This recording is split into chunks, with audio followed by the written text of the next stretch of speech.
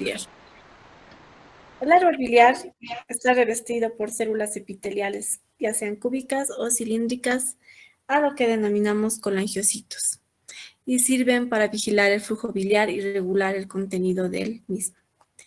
Como ustedes saben, la bilis es producida por los hepatocitos, ¿no? Una vez que se produce, es recogida por los canalículos biliares y de ahí drena hacia los conductos de Hering. Una vez que están en los conductos de Hering, continúan su flujo hasta llegar a los conductillos biliares intrahepáticos y más adelante van a ir a los conductos biliares interlobulares, es decir, a esos que les mostré en los esquemas, los que forman parte de la tríada portal. Cuando hablamos del árbol biliar, pues necesariamente tenemos que hablar de estos interlobulares, que finalmente se mezclan para formar los conductos hepáticos izquierdo y derecho, que ya conocen por Anatom, que abandonan el hígado a la altura del ilio más o menos, ¿no? Y luego vemos a los conductos biliares extrahepáticos, que se encargan de transportar la bilis hacia la vesícula biliar y al duodeno. Facilito, ¿no es cierto? Hablaremos un poquito de la vesícula biliar y los fundamentos de la misma. Ustedes ya saben, ya han visto, ¿no es cierto? La vesícula es un saco distendible, piriforme, que concentra y almacena bilis. Esa es su función, nada más. Vamos a ver histológicamente cómo está formada la bilis. Primero vemos la mucosa de la vesícula biliar que tiene muchos pliegues profundos. Esto les va a servir a la vesícula biliar para incrementar la extensión superficial. Después de la mucosa encontramos una lámina propia, que se caracteriza por ser muy vascularizada, y finalmente la muscular externa, ¿no? Que es una lámina bien desarrollada. Como pueden ver, carece de muscular de la mucosa y de submucosa, ¿no? A diferencia de las demás partes del tubo digestivo. Habíamos hablado de los colangiocitos, que pueden ser cilíndricos y alargados, y aquí están especializados en la captación de agua desde la bilis. Para eso sirven los colangiocitos. Luego vemos los divertículos profundos de la mucosa, que se denominan senos de Rokitansky-Ashchov, ¿no es cierto? Que igual los conocen por Anatom. Por frecuencia se extienden estos a través de todo el espesor de la muscular externa. Y justamente la contracción de esta muscular externa hace que reduzca el volumen de la vesícula biliar y hay una fuerza en cuanto a la expulsión de la bilis, ¿no? Hace que se fuerce la expulsión de la bilis a través de los conductos que también conocen, ¿no? El conducto cístico y el colédoco que van a ir hacia el duodeno. Este esquemita es importante, donde están viendo ahí, ¿no es cierto? La mucosa, la muscular externa y la adventicia en una pared de la vesícula biliar, ¿no? Las habichuelas es un revestimiento de células epiteliales cilíndricas simples, ¿no? Que tienen su lámina propia de tejido conjuntivo laxo. Entonces, se caracteriza por tener abundantes pliegues, ¿no es cierto? Y debajo de esta capa hay un estrato que es más o menos grueso, que es la muscular externa, que ya están viendo es más ancha, ¿no es cierto?, en relación a las otras. Ojo, aquí no estamos viendo la muscular de la mucosa ni submucosa, ¿no? Entonces, esa es otra característica principal de la vesícula biliar, ¿no? Y por fuera del músculo se va a encontrar la adventicia, que va a tener el tejido adiposo y también se caracteriza por ser muy vascularizada, ¿no? Entonces, esta es una sección, ¿no es cierto?, que no está pegada al hígado, ¿no es cierto? Y tiene, aquí hay una diferenciación, aquí estamos viendo la adventicia, pero habíamos dicho que dependiendo del lugar puede variar entre serosa o adventicia. En este caso, hay una parte de la vesícula que no tiene, ¿no es cierto?, o no tiene adventicia, sino tiene serosa, porque no se encuentra pegada al hígado. Esa es la explicación. Nuevamente estamos viendo la composición de la bilis, porque estamos hablando de vesícula biliar. No se olviden, ¿no? Agua, colesterol, sales biliares, pigmentos biliares, en especial la bilirrubina, y electrolitos. Esos son los componentes fundamentales. Y también tiene moco, ¿no? Pero no nos vamos a ir mucho a esa parte aquí en esto, ¿no? Pero sí también tiene una pequeña parte de moco. Hablaremos ahora de los fundamentos del páncreas. Yo creo que este dibujo es clave para todos nosotros, ¿no? Porque es el diagrama del páncreas, del duodeno, de los conductos excretores y demás. que ustedes deben dominar esto para esta lección, porque si no estamos perdidos. Estamos viendo el conducto pancreático principal o también llamado conducto de Wilson, ¿no es cierto? Entonces, vamos a partir de aquí, ¿no es cierto? Del pancreático principal o conducto de Wilson, que como ven atraviesa toda la longitud del páncreas, ¿no? Hasta que entra al duodeno. Y después después se une, ¿no es cierto?, al colédoco. También vemos un conducto pancreático accesorio, o también llamado conducto de Santorini. Ahí está también el conducto de Santorini. Entonces, como están viendo aquí, se desemboca en el duodeno a la altura de la famosa papila duodenal, que está aquí, ¿no es cierto? Y justamente vemos el sitio de entrada al colédoco y al conducto pancreático principal, que es el duodeno, y generalmente está marcado, señalado por la papila duodenal menor, ¿no? En este caso tenemos la papila duodenal menor y aquí está. Ese conducto, ese sitio de entrada específico, ¿no es cierto?, del colédoco y del pancreático y del conducto pancreático principal, generalmente está marcado por la presencia de la papila duodenal mayor, ¿no?, que se ve, ¿no?, sobre la superficie interna del duodeno, y seguramente lo han visto en anato, ¿no?, que estamos viendo igual. Si hacemos así una sección como tal, entonces podemos ver la papila duodenal menor y la mayor. Y obviamente esta será la famosa ampolla de Vater, ¿no? Si nos vamos arriba, ya hemos visto el conducto hepático izquierdo y derecho y el hepático común. Ya esto es repaso de anato nomás, ¿no es cierto? El cístico y la vesícula como tal. Por eso les digo que este diagrama considero que para empezar a hablar del páncreas es clave. Como ustedes saben, y lo van a seguir viendo, el páncreas de aquí en adelante es una glándula, ¿no? Pero no es una glándula cualquiera. Tiene secreción exócrina y endocrina, donde está en el espacio retroperitoneal del abdomen. ¿Por qué se dice que tiene un componente exócrino? Porque sintetiza y secreta las enzimas digestivas hidrolíticas y vierte esas enzimas hacia el duodeno, ¿no es cierto? Estas enzimas pues son indispensables para la digestión en el intestino. Sin estas enzimas necesarias pues no se cumpliría el proceso de digestión normal, ¿no?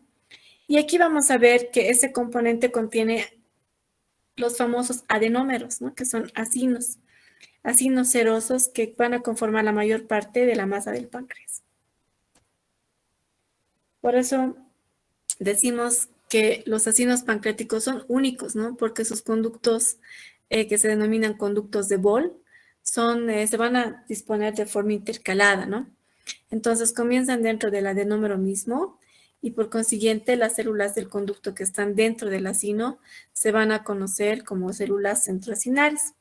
Y esto es lo que le da una característica distintiva al páncreas, ¿no?, las células centroacinares. Estas células acinares pancreáticas tienen una forma piramidal con gránulos de secreción de zimógeno que van a estar en su citoplasma apical. En la región basal vamos a encontrar los aparatos de Golgi, un retículo endoplasmático rugoso y un núcleo grande. Los conductos de Bol, que hablábamos hace rato, que son esos intercalados, ¿no es cierto?, tienen una secreción de sodio y bicarbonato que nos van a servir para neutralizar la acidez del quimo. Entonces, una vez que el quimo ingresa en la primera porción del intestino delgado, es decir, en el duodeno, entonces esos conductos se encargan de secretar específicamente sodio y bicarbonato, ¿no? Entonces, el paso del quimo al estómago requiere que haya esta secreción por los conductos de Bol. Entonces drenan los acinos pancreáticos en los conductos intralobulillares, en los grandes conductos interlobulillares y por último en el conducto pancreático que desemboca en el duodeno. Aquí vamos a hablar del componente endocrino. Ya vamos a hablar de la parte exócrina, ahora hablaremos de la componente endocrino. Aquí la clave son los famosos islotes de Langerhans, que ustedes ya los conocen, ¿no? El componente endocrino tiene la función de sintetizar y secretar hormonas que nos sirven para regular el metabolismo de la glucosa, ¿no?, además de los lípidos y las proteínas. Pero principalmente en los islotes de Langerhans vamos a ver, al margen de que están dispuestos en el páncreas, la producción de tres tipos principales de células, ¿no? de cada célula tiene una secreción específica. Y el que nos va a acompañar toda la vida, por ejemplo, son las células beta de los islotes de Langerhans, encargados de producir la insulina. Y si hay una destrucción por X o Z motivo en los islotes de Langerhans, pues ya tendríamos que hablar del tipo 1 y tipo 2, ¿no? Por su parte, las células A son las encargadas de producir el glucagón, que tiene el efecto inverso de la insulina, ¿cierto? Y finalmente las células C o delta que producen somatostatina. Y en esta esquemita bueno, en la parte de arriba estamos viendo, ¿no es cierto?, una microfotografía de un corte fino, diría, ¿no?, que puede estar teñido con hematoxilina y iosina, ¿no? Entonces estamos viendo el conducto de Bol dentro del acino pancreático. Aquí está. Con la presencia del conducto de Bol dentro del acino pancreático y las células que están dentro del acino, ¿no?, que son las células centroacinares. Por eso habíamos dicho que como tienen esta característica solamente en el páncreas, ¿no? Y vamos a ver también en las células parenquimatosas los gránulos de decimógeno que les decía, ¿no? Son gránulos de decimógeno. Pues, la presencia igual de vasitos sanguíneos, ¿no? Ya lo de abajo es un esquema, ¿no?, que nos va a mostrar el comienzo del conducto de Bol, igual. Aquí está. Lo mismo de arriba, pero en esquema, ¿no? Entonces, aquí lo bonito, digamos, es que se puede ver las formas de las células centroacinares, ¿no? Aquí están las células centroacinares y también su ubicación dentro de un acino pancreático. Entonces, esto es, ¿no es cierto?, igual para que podamos ver el conducto de Bol que va a drenar específicamente en un conducto colector intralobular, como están viendo aquí. Entonces el esquema también se cumple, ¿no es cierto? Lo mismo que su vasito sanguíneo y su capilar. A veces nos sirve ver tanto en esquema como en microfotografías reales para entender bien la disposición, ¿no es cierto? Aquí vamos a ver los islotes de Langerhans, ¿no? En el preparado de la derecha, perdón, de la izquierda, igual teñido con eosina y hematoxilina. Entonces podemos ver los tipos específicos de los islotes sin una preparación adicional, ¿no es cierto? Entonces vemos, ¿no es cierto?, en las flechas, por ejemplo, nos ven los islotes que no está bien diferenciado, pero probablemente sean células A, ¿no? Por eso es no tan diferenciada esta microfotografía, ¿no? Aún así tiene un aumento de 360, como dice aquí, pero igual no permite ver. En cambio, al lado ya vemos un islote de Langerhans que está marcando bien, ¿no es cierto?, lo que es en el páncreas, ¿no es cierto? ¿Esto por qué no será de ese mismo color? Esto se hace con un material especial que es la técnica de Grimelius, ¿no es cierto?, que utilizan impregnación argénica. Entonces, igual se ve las células. Aquí ya está bien diferenciado. Eso, por ejemplo, es una rata, ¿no? Entonces vemos la disposición de estas células del islote, ¿no? Como ven, en esta parte, por ejemplo, se puede distinguir con facilidad las células A del páncreas, ¿no?, que están impregnadas argéntico, les suena, ¿no es cierto?, plata, ¿no? Entonces se impregnan de plata y aquí está, ¿no es cierto?, el islote se van a poner bien bonito en la periferia de cada islote.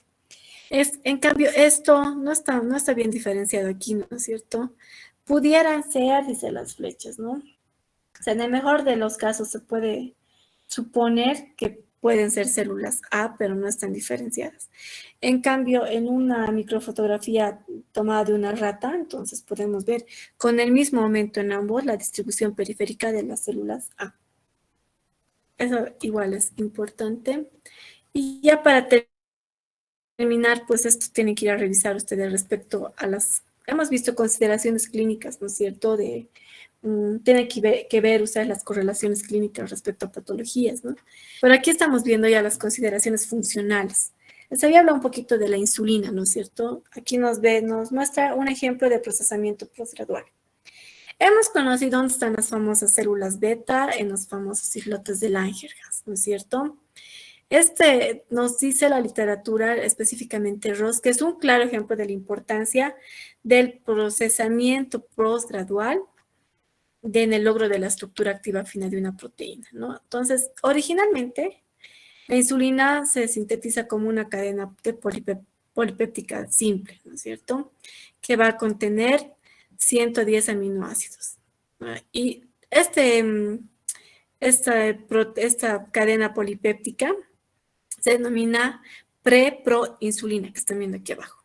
Entonces vamos a ver aquí en ese esquema ese procesamiento post-traduccional de la insulina. Esta pre-proinsulina, entonces, es una secuencia igual de aminoácidos, ¿no es cierto?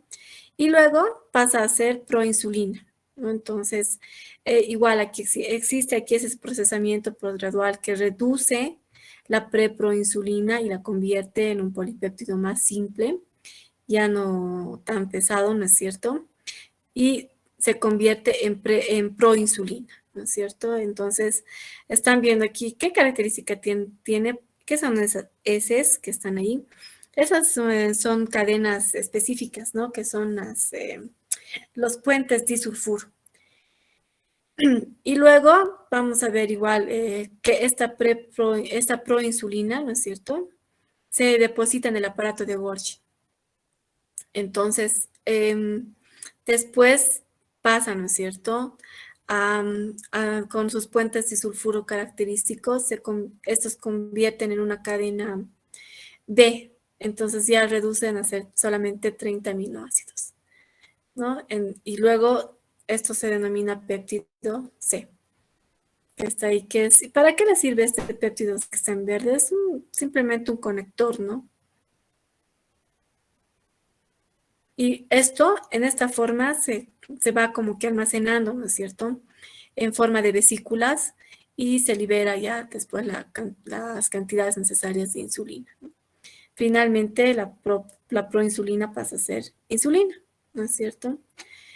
Que ya lo conocemos hoy por hoy, se deposita en las células beta de los islotes de Langerhans, ¿no? Y aquí ya, como les decía, esto es lo que se cuantifica, ¿no es cierto? Con ustedes igual estén ya en la práctica médica, eso es lo que van a cuantificar en sus pacientes, ¿no? Por ejemplo, ya ver si, por ejemplo, ya hemos diagnosticado de una diabetes, pues clasificar, ¿no es cierto? En diabetes tipo 1 o tipo 2, insulino dependiente o no insulino dependiente, y también de dar un tratamiento adecuado, ¿no es cierto? Ver cuál es la causa exacta de la diabetes y conocer bien esto, este procesamiento post-traduccional, pues, nos va a ayudar a entender igual cuáles son las fases, ¿no es cierto? ¿Para qué servirán estos puentes de sulfuro, las cadenas A, cómo pasa de ser proinsulina, proinsulina y finalmente insulina? Y todo este proceso, pues, tiene lugar en lo que es en las células beta de los islotes de Langerhans, ¿no es cierto? Y como les había dicho, igual se transporta, ¿no es cierto? Un lugar clave para que se almacene y transporte, pues es el aparato de Golgi, ¿no? Que ya en esto uno hemos visto esa parte. Creo que con eso hemos terminado, sí. Vámonos a la práctica y luego a las preguntas, aprovechando que yo aquí. Bueno, eso todavía no es la práctica. Yo les quiero mostrar esto que es importante, ¿no? Esta microfotografía de los senos de Rokitansky y Aschov en la pared de la vesícula biliar, ¿no? Que son ahí todos los que están señalados en flechas. Les había dicho, son invaginaciones profundas, ¿no es cierto?, que se extienden hasta la muscular externa, y esto solamente sucede en la pared de la vesícula biliar. Y a esas invaginaciones nosotros conocemos como los senos de Rokitansky-Aschov. En esta otra microfotografía ya estamos viendo, ¿por qué se ve así? Porque es electrónica, y esta es una fotomicrografía electrónica de un islote pancreático. Estamos viendo ahí, como les decía, la parte de Golgi es necesaria, la forma en que se almacena la insulina en forma de vesículas, ¿no es cierto? Ahí está. Ahí está. Con gránulos característicos igual que pueden mostrar ahí en las flechitas, ¿no? Centro oscuro y espacio claro alrededor, ¿no? Y aquí estamos viendo igual la presencia de las células A. Así entonces, así se ve en un microscopio una microfotografía electrónica, un islote pancreático, un islote de Langerhans. Ahora sí, viene la práctica desde aquí. Pueden ir sacando ya sus capturitas para poder dibujar. Dibujar el hígado ya era mucha maldad, pero tienen que hacer esta parte. Entonces vamos a ver ahora lo que van a dibujar, pues la vesícula biliar. Ya les voy a ir explicando también para que no me digan tanto qué es todo esto, ¿no? Ya hemos dicho para qué sirve, concentra y almacena la bilis, para que luego pase al duodeno, ¿no es cierto? Y tiene que tener una pared, una mucosa bien característica, ¿no es cierto? Que le dé estas propiedades de absorción, ¿no es cierto? Entonces vamos a ver cada una de estas partes en la vesícula biliar y sus diferentes etapas en cuanto a la pared. Arriba ya les adelantaba un poco, estamos viendo la característica principal de la mucosa, que tiene un epitelio cilíndrico, ¿no es cierto? Que eso le va a servir para absorber. ¿Se parece en esta parte? Ustedes recuerdan el aparato digestivo 2 al intestino delgado, ¿no es cierto? Pero no es, ¿no? Si bien nos sirve para cumplir funciones de absorción, no es lo mismo, ¿no es cierto? También vemos aquí la presencia de microvellosidades. Vámonos bajando un poquito. Si esta es la mucosa, nos vamos a ir a la muscular, que la tienen aquí, que es la muscular de la mucosa, ¿no es cierto? Que es ML, músculo liso, músculo liso.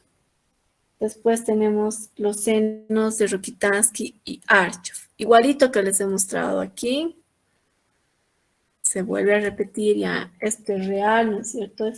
Esto no es rata, ni cerdo, nada. Esto es un corte humano. Los senos de Rokitansky y Archov, ¿no? Más abajito ya nos vamos a ir a ver lo que es la adventicia. Aquí hay otro seno de Rokitansky. Los vasos sanguíneos, como siempre, que nos acompañan. Aquí estamos viendo la adventicia. Y ya aquí la presencia de tejido adiposo, ¿no? Los adipocitos característicos. Por eso, quien no ha visto bien, visto uno, pues se va a perder en esta parte, ¿no? Pero si yo estoy viendo aquí adipocitos sin ver las demás partes, entonces puede ser que sea la adventicia o la presencia de adipocitos, por lo tanto, ser la muscular y la mucosa, ¿no? Entonces, no es tan difícil de entender si seguimos en secuencia, ¿no? Bueno. Después vamos, eso no es tan importante, pero estamos viendo ahí el espacio intercelular, ¿no es cierto? Que existe con la presencia de linfocitos. Y estos serían plasmocitos. Esta parte no les voy a exigir que dibujen, esto sí, y los dos hacia abajo. Aquí es como si hubiéramos hecho un zoom, ¿no es cierto?, de una parte de arriba, donde vamos a poder observar bien esto que es el epitelio, ¿no? Que está bien delimitado. Adentro sus vasitos sanguíneos. Y este TC, que es tejido conjuntivo, que es la lámina propia de la que hemos hablado. Ya más aquí igual tejido conjuntivo, igual el seno de Rokitansky y Archov, ¿no? Es como que le hemos hecho un cortecito aquí. Espero que se estén ubicando, ¿no? Y hacemos un zoom. Seno de Rokitansky y Archov, tejido conjuntivo. Y ya aquí arriba ya estamos viendo la glándula de la mucosa.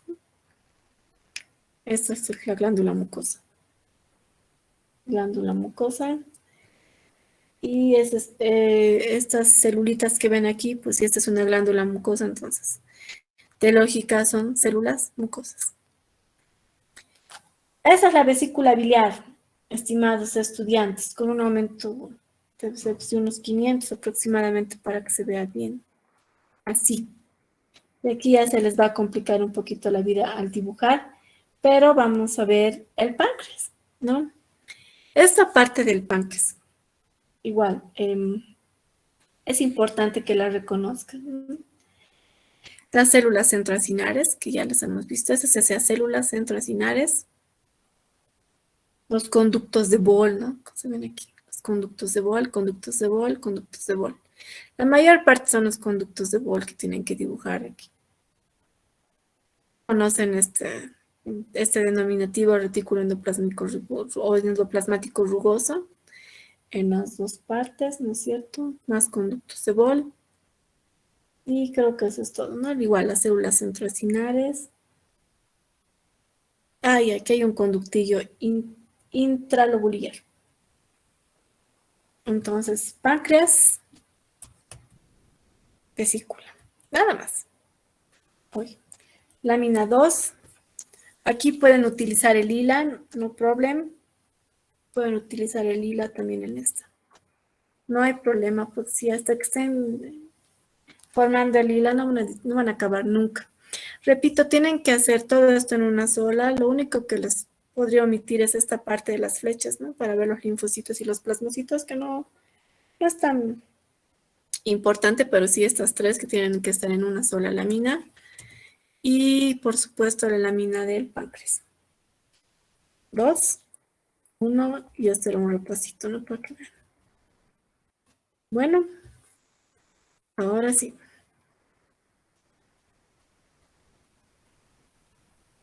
¿Hasta qué hora tienen? Hasta las 21:00.